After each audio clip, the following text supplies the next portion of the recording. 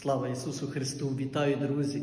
Сьогодні переживаємо велике свято, непорочне зачаття Діви Марії Святою Анною. Побожним батькам, яким і Анні, Бог дарує плід їхньої любові, молитви, Божої благодаті, дитинку, Діву Марію.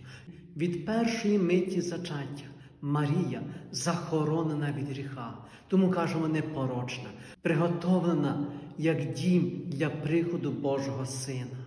Через Марію Бог стане людиною.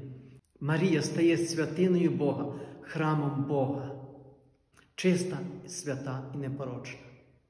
Подібно і ми, християни, коли приймаємо Ісуса Христа в причасті Євхаристії, стаємо святиною Бога. Тіло святого великого Бога уходить у наше життя.